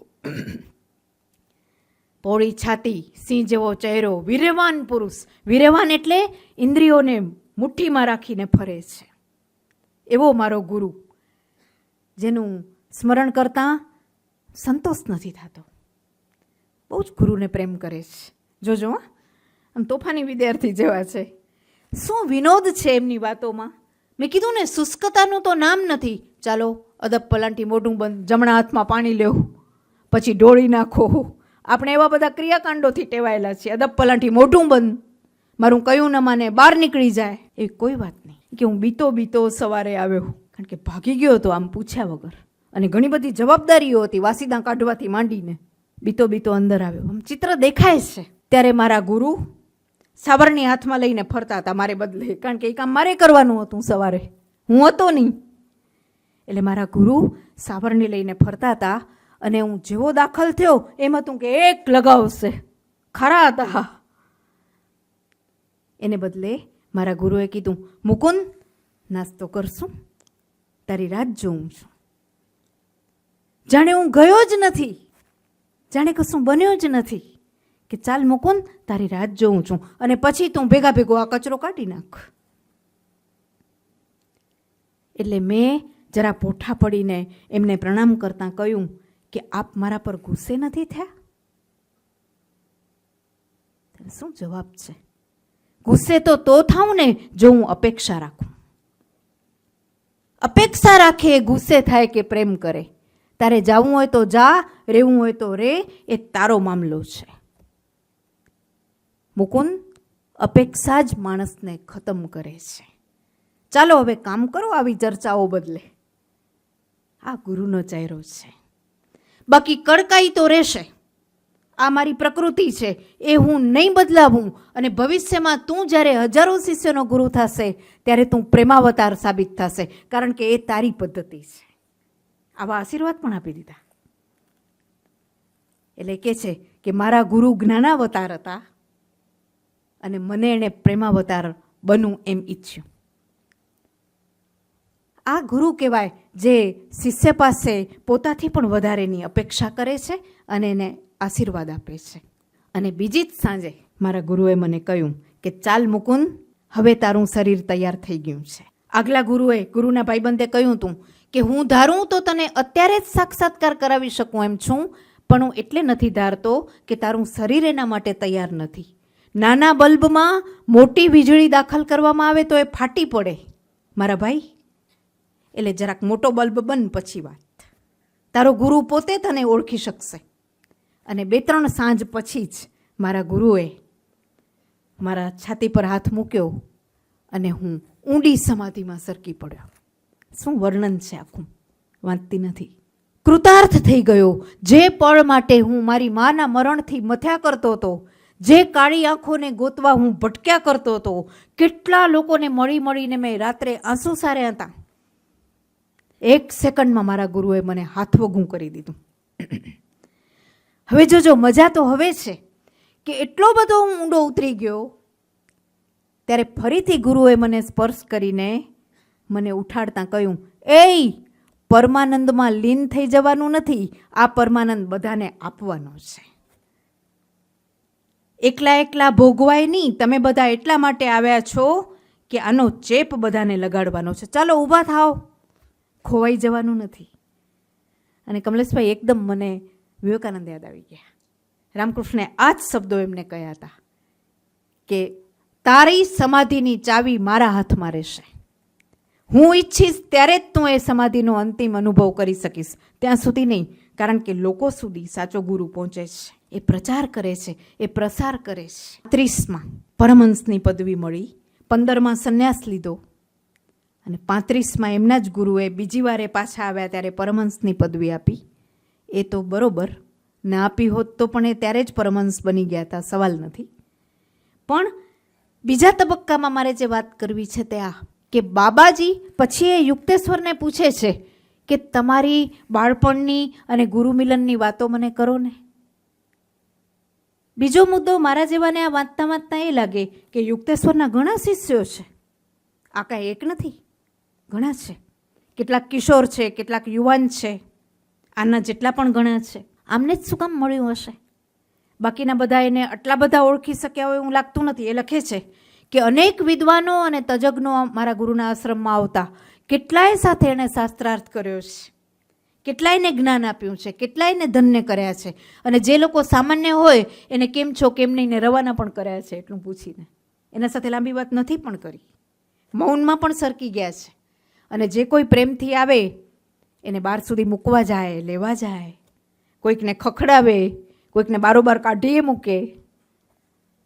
એક છોકરો દાખલ થયો, એને ગુરુ બહુ પ્રેમ કરતા હતા. મારા જેવાને આજે પણ અમારા ગુરુ, જેને હું મારા ગુરુ માનતી હું, કોઈને વધારે પ્રેમ કરે જરાક ન ગમે. એમ થાય પહેલો નંબર મારો જ રહેવો જોઈએ. અમે કેટલું કર્યું છે અમારા સાહેબ માટે, આવું હજી મને થાય છે ક્યારેક. અને હજી એમ ખુલ્લા થઈને પૂછી લઈએ છીએ કે અમે ધાર્યું તો એટલું નથી આપ્યું. એમ મને આનંદ છે કે યોગાનંદજી પણ વારંવાર યુક્તેશ્વરને કહે છે કે હજી બાકી છે આપવાનું. તો કુમાર કરીને એક છોકરો આવ્યો, એ અવળચંડા જેવો હતો, તો પણ ગુરુ એને વધારે પ્રેમ કરતા હતા. પણ એમને નિખાલસતાથી નોંધ્યું છે કે મને એનો વાંધો નહોતો, કારણ કે મને મળવાનું હતું, મળી ગયું છે, ધેટ્સ ઓલ. પણ એ કુમારે પછી એટલી બધી આડોડાઈ કરી કે ગુરુએ કડક થઈને કહી દીધું કે હવે આ બધું યોગાનંદ જ સંભાળશે. પછીનું એમનું નામ છે સાધુનું. 15માં સંન્યાસ લીધો ત્યાર પછી. પિતાને નથી ગમ્યું, કોઈ પણ પિતાને ન ગમે. એટલે પિતા કહે છે કે મુકુંદ, તું રેલવેમાં આવી જા ને, રેલવેમાં નોકરી કરવા. મારી હજી હાલે છે લાગવગ, મજા કરને, મને છોડીને ચાલ્યો જઈશ. પણ જે બીજાનું એન્જિન બનવાનો હોય એ આ રેલવેમાં જાય. એટલે વિવેકપૂર્વક પિતાને કહે છે કે એ નહીં થાય. બાકી તમે કહેશો એક જિંદગીભર પિતા સાથે સંબંધ રાખ્યો છે, મને વધારે મજા એ આવી છે. કુટુંબને પ્રેમ કર્યો, મિત્રોને પ્રેમ કર્યો, શિક્ષકોને પ્રેમ કર્યો. એમ નહીં કે હું હવે સાધુ છું. આ સાચા સાધુનું લક્ષણ છે. સાચો સાધુ બધાનો હોય. યોગાનંદજી બધાના છે. અને વાંચીએ ત્યારે એમ થાય આપણા એટલા જ છે. પિતાને સવિનય કહ્યું કે એ નહીં થાય, તમે મને મારો ઉદ્ધાર થવા દો, તમને વાંધો છે એમાં? અને પછી એની જિજ્ઞાસા જોઈને એના પિતાએ કહ્યું કે વાત તો સાચી, તું અહીંયા રહીશ તો એ તારો જીવ નહીં રહે, એના કરતાં જા, તને જ્યાં મજા આવે છે ત્યાં જા. ત્યારે અલબત્ત મારી આંખમાં પાણી આવી ગયા, પણ હું ખુશ થઈ ગયો કે પિતા બરાબર સમજ્યા હતા. અને નોંધે છે કે મારા પિતાએ અમને બેવડો પ્રેમ કર્યો હતો, માનો પણ કર્યો હતો. અને મા ગઈ ત્યારે ઘણા નાના હતા, અને ત્યારે અમે પૂછ્યું કે પિતાજી તમે કેમ કરશો? ત્યારે એણે કહ્યું કે તારી માનો સેવાનો જે સમય હતો એ પૂરો થયો છે, બીજી સ્ત્રીની સેવા હું ક્યારે ન લઈ શકું. બહુ નાની ઉંમરે પિતાએ આ વાત કરી હતી. અને પછી આજીવન પોતાની એકલતા માર્યા હતા, અને અમારા બધાના પ્રેમમાં એણે પોતાની એકલતા વેચી દીધી હતી. આવો બાપ છે. લાયરી માસેનો શિષ્ય છે, કાંઈ કાચો પોચો નથી. આ પિતા છે. ઓ માં હતી. માં નોંધે છે કે હું ધ્યાનમાં હતી ત્યારે લાયરી માસેનો અવાજ આવ્યો કે તારા છેલ્લા દિવસો છે અને તારું મૃત્યુ નજીક છે, માટે મુકુંદ મારો અફસોસ ન કરજે, મને લેવા ઈશ્વર ખુદ આવશે. મારું કામ હવે પૂરું થયું છે, તમે મારું કામ આગળ વધારજો, મને મૃત્યુનો જરાય ભય નથી. આ બંગાળની એ જમાનાની સ્ત્રી 1893માં તો આ જન્મ્યા, અને પછી 10 વર્ષે ગયા, એટલે 1903-4માં તો એ ગયા છે. આ માં, આ પિતા. અને નોંધે છે કે ભાઈ બહેનો ઘણા છે, પણ મારી મોટી બહેનને હું બહુ જ ચાહતો હતો, રોમાને, કારણ કે મારી મા ગયા પછી માની જવાબદારી લઈને એણે અમને બધાને બહુ પ્રેમ કર્યો, ખાસ કરીને મને. એટલે રોમાનું મારા પર ઋણ છે. એક જણ પર એની નજર ફરી વળી છે, દીવાદાંડી જેવી નજર. અને રોમાનો વર અમારી બહુ જ મજાક કરે છે કે આ તારો મુકુંદીઓ ગાંડો છે, તારો બાપ ગાંડો, તારી મા ગાંડી, તું ગાંડી. આ બધા ઉપર સંન્યાસની થોડી થોડી અસર છે, કારણ કે આ બે જણા દીક્ષિત છે લાયરી માસેથી. એટલે રોમા એકવાર રોતી રોતી આવી કે મુકુંદ તારા બનેવીને સમા કરને. કાંઈ માનતા જ નથી એકે વાત. તો કે કરીએ. થોડીક વાયડાઈની પણ એમનામાં વિનોદ વૃત્તિ છે કે હાથમાં લઈએ હાલ મારા બનેવીને ને તારા પતિને. અને કહ્યું કે ચાલો દક્ષિણેશ્વર. એટલે એણે કીધું કે જો એ તમારા બાવા જમાતની જતીમાં મને જરાય રસ નથી. તો કે હાલો તો ખરા, આપણે મજા કરશું. દક્ષિણેશ્વર પહોંચ્યા ત્યારે એવો સમય થઈ ગયો હતો કે જમવાનું બંધ થઈ ગયું હતું, તાળા મરાતા હતા. ત્યાં અમુક જ સમય સુધી જમવા મળતું હોય છે. એટલે બનેવીએ કીધું કે જોયું, એક તો તું કટાઈ મેં લઈ આવ્યો, હવે જમવાય નહીં મળે, કઈ કાલી તારી જમવા દેવા આવશે? તો તમે શાંતિ રાખો.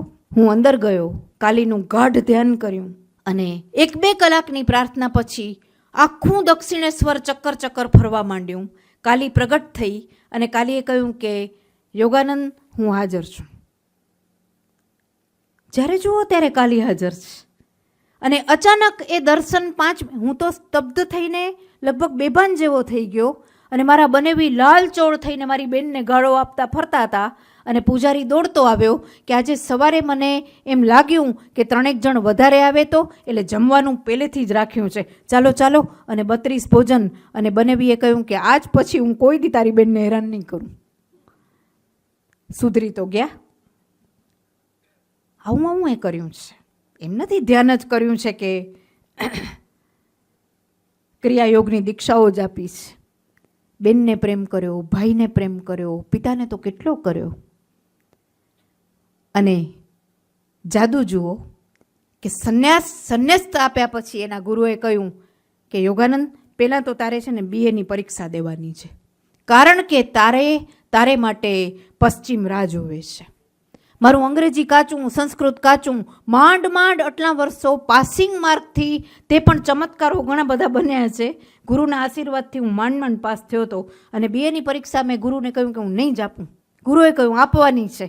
અને બન્યું કેવું કે ગુરુએ છેલ્લે દિવસે કડકાઈથી કહ્યું કે સૂર્યચંદ્ર એની જગ્યા બદલે તો ભલે બદલે, પણ મુકુંદિયા તારે પરીક્ષા દેવાની છે અને પાસ થવાનું છે. સાચે સાથ મેં કાંઈ નહોતું વાંચ્યું, પણ ગુરુએ 1-2 જણ એવા તૈયાર કર્યા કે એણે મને અમુક જ વસ્તુ ગોખાવી. ત્યારે 36 માર્કે પાસ થવાતું હતું. અને મેં પેપર લખ્યું, એમાં મને 33 જ આવે એવી પરિસ્થિતિ હતી, ગણેલા 33 આવે એવી. અને હું રોવા જેવો થઈ ગયો. અને એ જ દિવસે યુનિવર્સિટીએ 3 માર્ક ઘટાડીને 33 માર્કનું જાહેરનામું બહાર પાડ્યું. અને મારા ગુરુએ હસતા હસતા કહ્યું કે સૂર્યચંદ્ર જગ્યા બદલે એના કરતાં તને પાસ કરવો વધારે સહેલું છે કુદરત માટે. શું ગુરુ છે ખરેખર. અને બંને જણા હસ્યા. અને ગુરુએ કહ્યું કે મુકુંદ, પશ્ચિમ તારી રાહ જોવે છે. ત્યારે તે દિવસે પછી અમે કાશ્મીર ફરવા ગયા. વચ્ચે એક બીજી વાત જોડાય છે. મારે ઘણા વખતથી કાશ્મીર જવું હતું, પણ મેળ જ નહોતો બેસતો. મેં હમણાં કહ્યું તેમ જોગ જ નહોતો ખાતો. એકવાર સાવ નક્કી થઈ ગયું. અને મારા પિતાને આર્થિક ટેકો, કારણ કે મારા પાસે તો રૂપિયો નહોતો. અને પિતા જ્યારે ત્યારે કહેતા કે તું ભણા કમાલ છો, જ્યારે ને ત્યારે પૈસા લેવા આવસ ને ના પડાતી નથી, બાપ છે. પૈસા એ લઈ આવ્યો, ટિકિટે કઢાવી. અને ગુરુએ હસતા હસતા કહ્યું કે મુકુંદ જવાશે નહીં.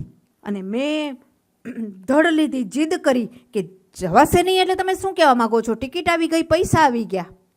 અને નીકળવા ટાઈમે મને એવી પેટમાં પીડા ઉપડી કે હું લગભગ બેભાન જેવો થઈ ગયો. મારા ગુરુએ શુશ્રૂષા કરી અને હસતા હસતા કહ્યું કે મુકુંદ, અત્યારે આપણે રેલવે સ્ટેશને હોત તો તારી શું હાલત થાત? એટલે ન જવાયું. ચાલો હવે આવતા વીકમાં જઈએ છીએ. અને ગુરુ શિષ્ય સાથે કાશ્મીર ગયા, સાથે મજા કરી. અને ત્યાં સ્ટ્રોબેરી પહેલી વાર ખાધા નોંધે છે. નાની નાની વિગતો જોવા જેવી છે. ત્યારે મેં મારા ગુરુને કહ્યું કે આ મને નથી ભાવતા, ખાટા ફળ છે. ત્યારે ગુરુએ જવાબમાં કહ્યું કે થોડાક વર્ષો પછી અમેરિકામાં તને એ ભાવશે. મારા ગુરુએ કહ્યું. વર્ષો પછી એક લેડીને ઘરે હું અમેરિકામાં મહેમાન થયો. ત્યારે એણે સ્ટ્રોબેરીમાં દૂધ અને ખાંડ નાખીને એનું જ્યુસ જેવું બનાવ્યું અને મને આપ્યું. ત્યારે મેં કીધું, વાહ, અદ્ભુત ફળ. ત્યારે એણે કહ્યું કે ગુરુદેવ, સ્ટ્રોબેરી છે. અને એકદમ હું 20 વર્ષ પાછળ ચાલ્યો ગયો કે મારા ગુરુએ 20 વર્ષ પછીની ઘટના જોઈ લીધી હતી. આ આંખ છે, પ્રજ્ઞાની આંખ છે યુક્તેશ્વરની. સડક થઈ ગયો હું સ્ટ્રોબેરી ખાતા, એ નોંધે છે. અને પશ્ચિમમાં ગુરુના આશીર્વાદથી અમેરિકા જવા નીકળ્યા. ત્યારે ગુરુને મેં કહ્યું કે અંગ્રેજી આવડતું નથી અને તમે કહો છો કે ત્યાં મારે યોગના ભાષણો આપવાના છે, તો કરીશ શું? તો કે એ હું કાંઈ ન જાણું. સ્ટીમરમાં બેઠો, બધા નવરા બેઠા હતા. મારા ભગવાન જોયા એટલે બધાએ કીધું કે તમે ભાષણ તો આપો એકાદ સારું. બધા જ અંગ્રેજી ભાષી. પગ ગળવા માંડ્યા મારા. અને મારી જાણ બહાર 1 કલાક કકડાટ અંગ્રેજીમાં મેં ભાષણ કર્યું. અને કલાક પૂરો થયો પછી મને બધાએ કહ્યું કે તમે આની કાંઈ સ્ક્રિપ્ટ કે આપશો? ત્યારે મને કાંઈ જ યાદ નહોતું હું શું બોલ્યો, કારણ કે હું નહોતો બોલ્યો, યુક્તેશ્વર બોલ્યા હતા. અને ત્યારે જે આત્મવિશ્વાસ આવ્યો એ મારા ગુરુની દેન હતી. પછી તો આમાં ફોટા જુઓ તમે, હજારો લોકોને એમણે સંબોધ્યા છે કેવા કેવા શહેરોમાં, વાત ન પૂછો. અને અમેરિકા ગયા. ત્યાં ક્રિયાયોગનું વિજ્ઞાન એમનો મૂળ વિચાર છે. હમણાં જ અમારી રસ્તામાં વાત થતી હતી. ક્રિયાયોગ એક સાયન્સ છે, જેના વિશે આખું ચેપ્ટર છે આમાં. અને યોગની પ્રવિધિ છે, શરીર ઉપર કેમ કાબૂ કરવો અને મન ઉપર કેમ કાબૂ કરવો, જેને આ આખી પરંપરા ગુપ્ત રાખે છે. અને એની દીક્ષા લીધા પછી જ એના વિશેની વાત થઈ શકે છે. વચ્ચેથી એ પણ કહું કે એના લેસન્સ એ લોકો બહાર પાડે છે. અને રાંચી એ લોકોનું જે મુખ્ય કેન્દ્ર છે ત્યાંથી એ બહાર પડે છે. હું મગાવું છું, પણ હજી સુધી એમાં ઊંડે ઉતરવાનું સદભાગ્ય અને આ લોકોના આશીર્વાદ મને નથી મળ્યા. પણ મારી નાની મતી પ્રમાણે હું એ સમજી શકું છું કે એમાં એ શું કહેવા માગે છે. અને હા, એ દરમિયાન એમણે 1915માં રાંચીમાં 7 જ વિદ્યાર્થીઓનું વિદ્યાલય શરૂ કર્યું, પ્રાયોગિક ધોરણે, જેમાં સિલેબસ પણ એ બનાવતા અને વ્યવહારુ જ્ઞાન એ પ્રકારનું શિક્ષણ. આવું શિક્ષણ નહીં જે સરકાર ત્યારે પણ આપતી હતી કે આજે પણ આપે છે, એ નહીં. બિલકુલ પોતાની રીતે આજે પણ એ વિદ્યાલય ચાલે છે. એમના સ્થાપક યોગાનંદજી છે. ત્યાં બધાને બહુ જ પ્રેમ કર્યો. ત્યાં નવી પેઢીને મોટી કરી. અને ત્યાં નાના નાના વિદ્યાર્થી, આવી મોટી મોટી વાતો નહીં, મહાકાલી ને આ રામકૃષ્ણ ને એવી વાતો નહીં.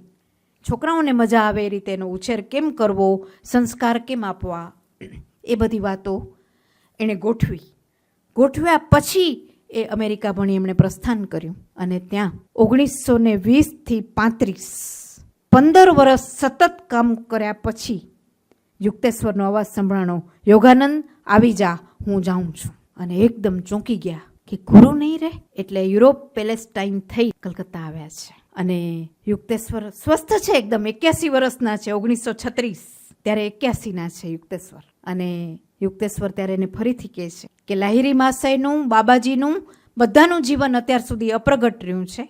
યોગાનંદ, તારે એ લખવાનું છે. આ બાબાજીનો આદેશ છે.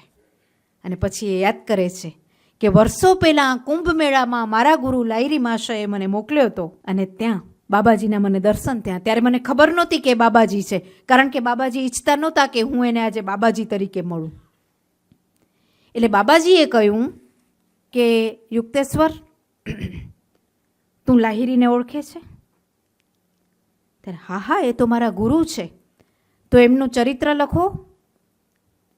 અને બાબાજી ત્યારે આગાહી કરે છે કે વર્ષો પછી હું તારા પાસે એક શિષ્ય મોકલીશ અને એ શિષ્ય આપણા બધાનું જીવન ચરિત્ર લખવા સમર્થ હશે. અને એની પીઠ થાબડીને યુક્તેશ્વર કહે છે કે બીજું કોઈ નહીં પણ તું છે. ગુરુની આ અંતિમ પ્રસાદી છે કે બીજું કોઈ નહીં પણ તું છે. એટલે હું તો ત્યારે અવાક થઈ ગયો, એ નોંધે છે. અને પ્રસ્તાવનામાં નોંધાયું છે કે એ પછી કહું, યુક્તેશ્વર પાસે આવ્યા, બહુ જ પ્રેમથી યુક્તેશ્વર એને મળ્યા. અને નોંધે છે કે જેને જેને મેં પ્રેમ કર્યો એના મરણમાં હું હાજર નથી રહ્યો, મારાથી જોઈ જ નથી શકાણું. એટલે મને છે ને આ બહુ નજીકના મહાપુરુષ લાગે છે. એમ નથી કીધું કે આ દુનિયા ફાની છે, મરણ તો થાય, એને તો જોવું પડે, જુદી રીતે કીધું છે. પણ મરણ થાય ત્યારે લાગી આવે એ સ્વાભાવિક છે. એટલે એમાં કાંઈ શરમાવા જેવું નથી. આવું આ માણસે પહેલી વાર કદાચ કહ્યું આટલી સહજતાથી કે મારા પિતાને હું બહુ ચાહતો હતો, એના મરણ વખતે હાજર નહોતો, મા વખતે નહોતો, મોટા ભાઈ અનંત વખતે નહોતો, બેનો મરી ગઈ ત્યારે નહોતો, અને યુક્તેશ્વર ગયા ત્યારે યુક્તેશ્વરે મને આજીજી કરી કે યોગાનંદ, તું અત્યારે પ્રવાસે ન નીકળ. પણ હું નીકળી જ ગયો બેદરકાર થઈને, કારણ કે યુક્તેશ્વર પણ નહોતા ઈચ્છતા કે હું ત્યારે હાજર રહું.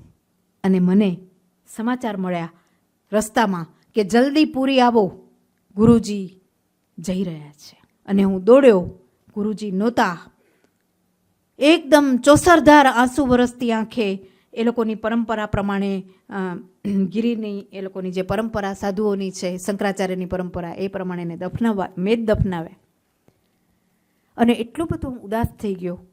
શું પુસ્તકનો આ ભાગ છે, આખો સાર અહીંયા આવી જાય છે. હવે જે હું વાત કરું છું એમાં કે હું મારા મુંબઈના એક મકાનમાં ઉદાસ થઈને બેઠો હતો કે મારો ગુરુ હાલ્યો ગયો.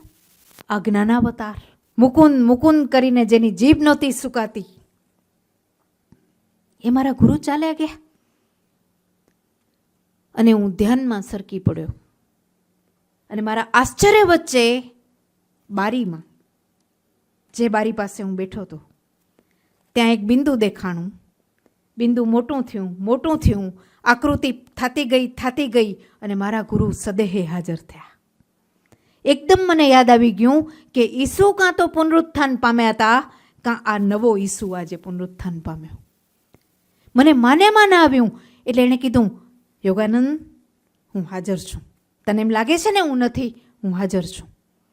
એટલે મને માન્યામાં નહોતું આવતું. એટલે હંમેશા હું એને પ્રણામ કરતો. આજે પહેલી વાર એવી હતી, મેં પ્રણામ ન કર્યા, પણ હું એને વળગી પડ્યો એકદમ કે જોવા દો તો, તમારા જ ખભા છે, તમારા જ હાથ છે, તમારા જ ચરણ છે. પણ એ જ કેનવાસની મોજડી, એ જ એમના કોમળ અને બલિષ્ઠ ચરણો, એ જ એમનો મીઠો જાદુઈ સ્પર્શ. અને એણે કહ્યું, જેટલું વળગવું હોય એટલું વળગ, હું જ તારો યુક્તેશ્વર. શું પ્રેમ કરે છે એને, હું જ તારો યુક્તેશ્વર. એટલે કે છે, ગુરુજી તમે ક્યાં છો? અઘરો છે, આખું પ્રકરણ બહુ અઘરું છે, પચે એવું નથી. એટલે કે છે, એના કરતાં એ જે વાત કરે છે ને એ સમજાય એવી છે. આ પૃથ્વીલોક એક સ્વપ્ન છે. યોગાનંદજીએ એમના બધા લેક્ચરોમાં પછી સતત આ વાત કરી છે કે જેવી રીતે આપણે ફિલ્મ જોઈએ છીએ, એમાં જે વિવિધ ભૂમિકાઓ લોકો ભજવે છે, કોઈ નોકરની, કોઈ શેઠની, કોઈ શેઠાણીની, કોઈ રાજાની, એમ આ પૃથ્વી, આ જગત પરમેશ્વરનું એક સ્વપ્ન છે. એટલે એને થિયેટરમાં જેમ બેઠા હોઈએ એમ જોવે એ ધન્ય થઈ જાય, અને ભૂમિકામાં અંદર ઘૂસી જાય એ ખલાસ થઈ જાય. પસંદ તમારે કરવાનું છે કે ખલાસ થવું છે કે અલગ રહેવું છે. એટલે મારા ગુરુએ કહ્યું કે યોગાનંદ, આ જીવન એક સ્વપ્ન છે. હું સ્વપ્નમાં તારો ગુરુ હતો, સ્વપ્નમાં તું મારો શિષ્ય હતો. હવે મને કુદરતે ઉચ્ચતર લોકમાં મૂક્યો છે, જ્યાં આપણી જે સ્વર્ગની પરિકલ્પના છે, જ્યાં સવાર નથી, બપોર નથી, સૂર્ય નથી, ચંદ્ર નથી, ગીતાએ જે કહ્યું છે, ન શશાંકો ન પાવકઃ. ત્યાં સૂક્ષ્મ લોકો આવે છે, એને વધારે ઊંચા લોકમાં લઈ જવા મારી નિમણૂક થઈ છે. અને તને એ પણ કહું, પછી એનું આખું વર્ણન છે પાનાઓ ભરીને, અને તને એ પણ કહું કે આખરે આ પણ સ્વપ્ન છે. આ પણ સ્વપ્ન છે. એનાથી ઊંચો લોક કોઈ હોય તો એ પણ સ્વપ્ન છે. ટૂંકમાં મારે ને તારે આ બધા જ સ્વપ્નો પાર કરીને આખરે પરમેશ્વરમાં લીન થવાનું છે. બરોબર? એટલે ન કોઈ ગુરુ છે, ન કોઈ શિષ્ય છે. સમજણ પડી? અને આ વાત તારે આખી દુનિયામાં જાહેર કરવાની છે. એ આ કથામૃતમાં તારે કરવાની છે. આ મારો આદેશ છે. જોવા જાઓ તો કૃતિનો આ અંત છે. આ મારો આદેશ છે. વાંચતા વાંચતા આપણે આમ ચક્કર ચડી જાય કે આ કઈ વાત આ યુક્તેશ્વરે કરીને આણે ઝીલી અને આપણા માટે મૂકી ગયા. આ 4 જણા, બાબાજીનું સ્વપ્ન, લાહિરીનું સ્વપ્ન, યુક્તેશ્વરનું સ્વપ્ન, આને ચરિતાર્થ કર્યું. અને નોંધે છે આની પ્રસ્તાવનામાં એમના શિષ્ય દયામાતા કે 1940થી 52માં એ ગયા, 40થી આમ 45, 37થી 45ના વર્ષો મારા ગુરુ ઇન્સિટાસમાં, અમેરિકામાં, વોશિંગ્ટનમાં બેસી ગયા. તે એવા બેસી ગયા કે સવારથી સવાર આ લખવા. અને જેમાં કેવી રીતે બેસી શક્યા? કારણ કે 35થી 36 સવા વર્ષ, 1935 જૂનથી 36 ઓક્ટોબર, સવા વર્ષ એણે લાહિરી માસે, યુક્તેશ્વર, બાબાજીના જેટલા શિષ્યો અને જેટલા મહાન લોકો છે એની મુલાકાતો લીધી છે. એની વાત છેલ્લે હું કરું છું 10 મિનિટ. એની નોંધો, એના અવતરણો, એની સાક્ષાત મુલાકાતો, સાંભળેલું બધું એ ભેગું કરતા ગયા. એટલે જુઓ, આ માણસ દસ્તાવેજીકરણમાં એ માસ્ટર છે. મોડર્ન છે, એકદમ મોડર્ન ટચ છે. અને છેલ્લે એ કહું કે કેવા કેવા લોકોને આ માણસ મળ્યા છે. વર્ધામાં ગાંધીજી પાસે પહોંચી ગયા.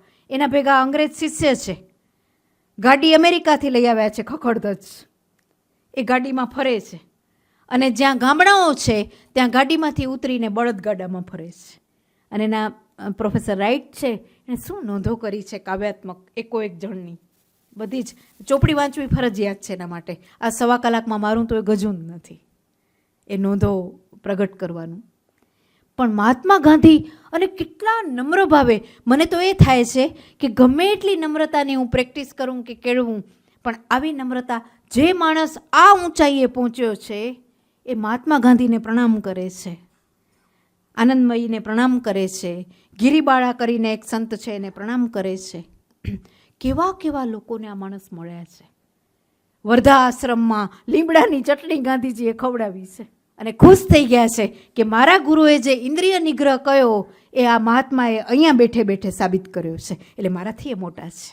અમે તો સંન્યાસી થઈને કર્યો, આને વગર સંન્યાસે કર્યો, અને ધન્ય છે એમના અતુલ્ય પત્ની કસ્તુરબાને, જેણે આ માણસને બેઠ્યો છે. આવું નોંધ્યું છે. શું નિરીક્ષણ છે. 3 દિવસ ગાંધીજી પાસે રહ્યા છે. ગાંધીજી પાસે ક્રિયાયોગ, ગાંધીજીને ક્રિયાયોગની દીક્ષા પણ આપી. ગાંધીજી લીધી એ બહુ કહેવાય, મને તો એ નવાઈ લાગી. ગાંધીજી આમ આના પાસે બેસી જાય એટલે બહુ કહેવાય. અને આવા મોટા હોલમાં ગાંધીજીએ સંબોધન કરાવ્યું છે કે આ મહાત્મા ક્યાંથી, એટલે એનો અર્થ એ થાય છે કે 36માં એટલા વિખ્યાત પણ હશે. નહીંતર સમકાલીન લોકો વિખ્યાત નથી હોતા.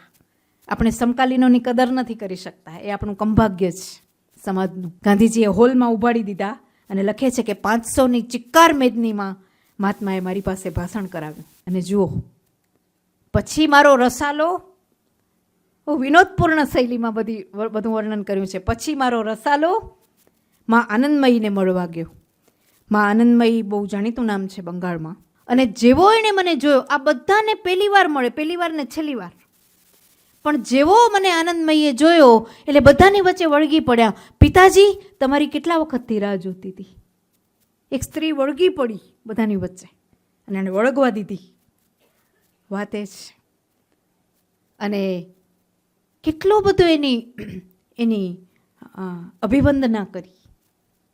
અને નોંધ્યું છે કે આનંદમયી એવા સંત હતા કે સ્ત્રી પુરુષની બહાર નીકળી ગયા હતા.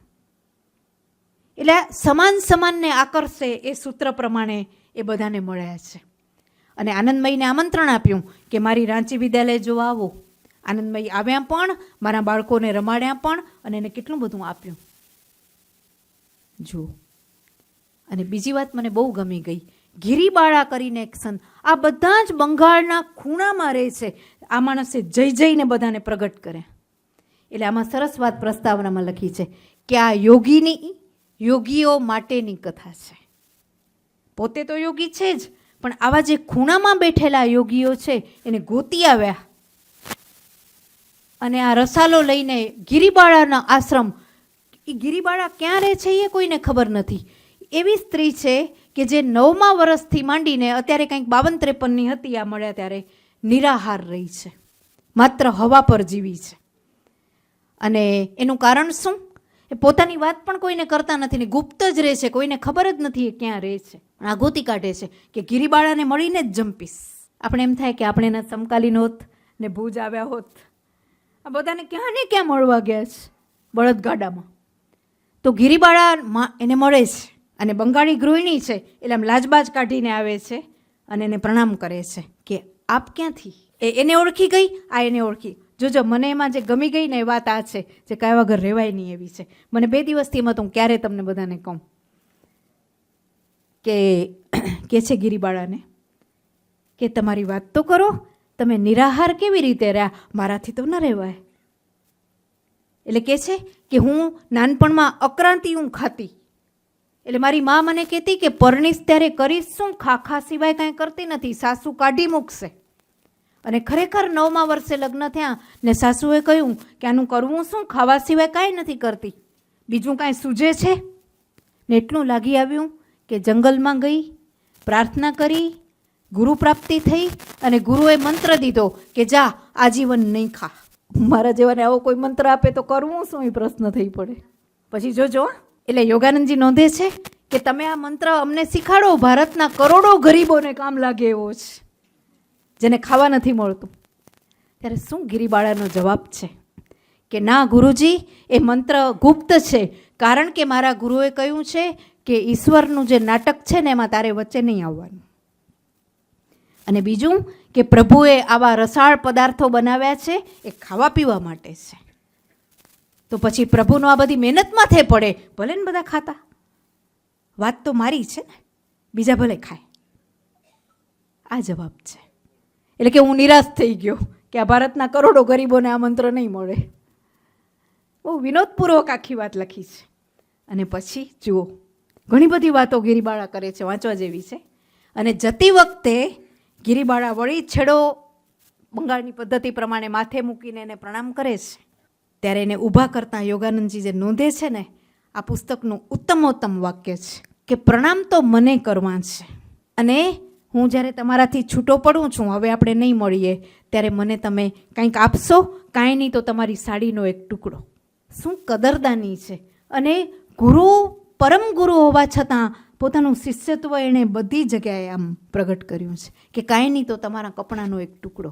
આ વાત છે. અને છેલ્લે 2 વાત એમના શિષ્ય પ્રેમની અને એમની સમજણની, કે રાંચીના આશ્રમમાં મેં એક હરણનું બચ્ચું પાડ્યું હતું. મને બહુ જ પ્રિય હતું, અને એ પણ મને એટલું હળેલું હતું કે આખો દી મારા પાસે પડ્યું રહેતું, અને હું રમાડ્યા કરું નવરો હું ત્યારે. અચાનક એક દિવસ એ માંદું પડ્યું, અને મારો જીવ ગળામાં આવી ગયો કે આ મરી જશે તો. ક્યારેક આપણે એમ લાગે આપણા જેવું વર્તન કરે છે, મરી જશે તો. એટલે પ્રાર્થના કરી ધ્યાનમાં બેસીને, અને ગુરુના આશીર્વાદ ઉતર્યા, અને બરોબર થઈ ગયું. હું ખુશ થઈ ગયો, હાસ મર્યું નહીં. અને એ રાત્રે સૂતો, જોજો, ત્યારે હરણનું બચ્ચું મારા સપનામાં આવ્યું કે યોગાનંદજી, મને મરવા કા ન દીધું? કારણ કે મારો આવતો ભાવ એકદમ ઉજ્જવળ છે, અને તમે આ પ્રેમની આસક્તિમાં મને હરણ જ રાખવા માંગો છો. અને મેં હાથ જોડીને કહ્યું કે ભૂલ થઈ ગઈ, તું જા. ત્યારે મને સમજાણું કે મરતા આત્માને અટકાવાય નહીં, કારણ કે આગળનું ઉજળું ભવિષ્ય એની રાહ જોવે છે. એટલે મરણથી ગભરાવાનું નથી. મરણ એક પડદો છે. એ પડદા પછીની વાત આપણે નથી સમજાતી, પણ જે યોગમાંથી પસાર થાય છે એને ખબર છે કે આ પડદા પછીનું જીવન ઉજ્જવળ છે. હા, એક વાત જુદી છે કે આ જ સંસ્કાર લઈને બીજા ભાવમાં જશું, એમના લેક્ચર્સમાં એ કહે છે, પણ આ ભૂમિકા નહીં હોય. મારી ભૂમિકા આ પેલી ને છેલ્લી છે, એ દર્શના ધોળકિયા તરીકેની વ્યક્તિની, કોઈની પણ. આવતે વખતે નવી ભૂમિકા, નવી વાત, પણ કર્મનો સંચય આ જ. એટલે હરણમાંથી આગળ વધી જશે, પણ હરણ તરીકે પેલી ને છેલ્લી વાર હતું. અને છેલ્લી વાત, આશ્ચર્યથી અવાક થઈ જઈએ એવી વાત છે. આખી કૃતિ વિસ્મયની કથા છે. એક શિષ્ય છે એમના, બહુ અઘરું નામ છે, અત્યારે ગોતતી નથી પાનામાં. પરદેશી, વિદેશી શિષ્ય છે.